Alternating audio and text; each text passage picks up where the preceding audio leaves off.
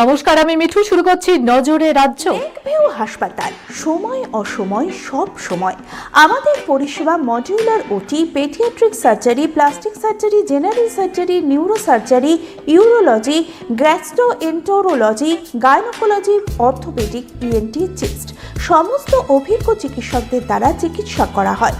সর্বোন্নত ICU, HDU, pathology, সমস্ত রকমের USG, CT scan, x ray, FNAC, biopsy, tapping. শুধুমাত্র আমরাই পারি স্বল্প মূল্যে অত্যাধুনিক প্রযুক্তির চিকিৎসা। কলকাতা ও হায়দ্রাবাদের বিশেষজ্ঞ চিকিৎসকদের সুপরামর্শ, নিজস্ব ফার্মাসিতে 20% ছাড়ে ওষুধ, প্রতি রবিবার প্রসূতি মায়েদের বিনামূল্যে ইউএসজি পরিষেবা। ঠিকানা লেকভিউ হাসপাতাল, লালদিঘি মোহনা বাসস্ট্যান্ডের পিছনে, বহরমপুর, মুর্শিদাবাদ। তিলোত্তমার বুকে আরো এক সাংস্কৃতিক মহোৎসবের পদধ্বনি। শহরের ব্যস্ত রাজপথ এবার সাক্ষী থাকবে এক অনন্য বৈদিক ও শৈল্পিক যাত্রার। মানবতার চিরায়ত বার্তা নিয়ে কলকাতায় শুরু হতে চলেছে indica festival 2026।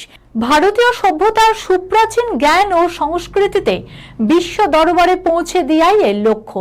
Indus band foundation ও ভক্তি বেদান্ত রিসার্চ সেন্টারের যৌথ উদ্যোগে আগামী 21শে ফেব্রুয়ারি ও 22শে ফেব্রুয়ারি পার্ক স্ট্রিটের অ্যালন পার্কে উৎসব অনুষ্ঠিত হবে।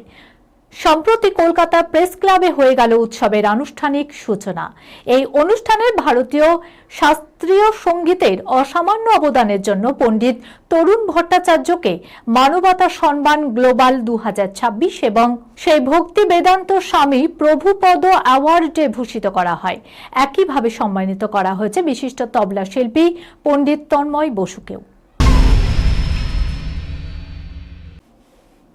সামনেই বঙ্গ বিধানসভা নির্বাচন, তার আগেই কৃষক বন্ধু প্রকল্পে বরাদ্দ অর্থ পৌঁছে দিতে হবে কৃষকদের হাতে। আধিকারিকদের সঙ্গে বৈঠকে এমনটাই বার্তা কৃষিমন্ত্রী সোহনদেব চট্টোপাধ্যায় দিয়েছেন বলে খবর। শুধু তাই নয়, কৃষি দপ্তরের বিভিন্ন প্রকল্পের বাকি থাকা কাজ দ্রুত শেষ করতে হবে বলেও নির্দেশ তার।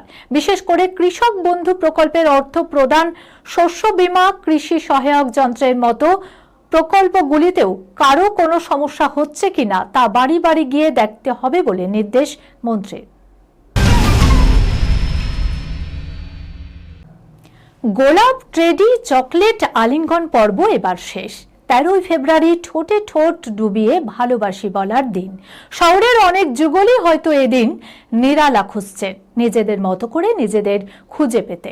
রূপলী পর্দার তারকাদের জীবনেও কি বিশেষ এই দিন বিশেষ কোনো প্রভাব ফেলে, নাকি শুধুই স্মৃতিপথে হাঁটেন, ফিরে দেখেন মনে রাখার মতো কোনো একটি মুহূর্ত?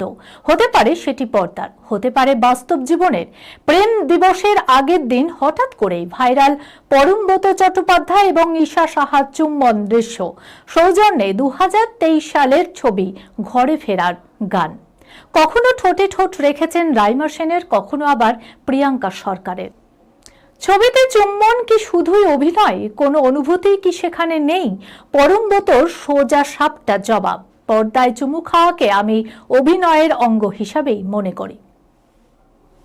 এই খবরের সঙ্গে শেষ করলাম আজকের নজরে রাজ্য। আপনারা দেখছেন টিভি 24 বাংলা, সংবাদ বিনোদন সারাদিন সারাক্ষণ।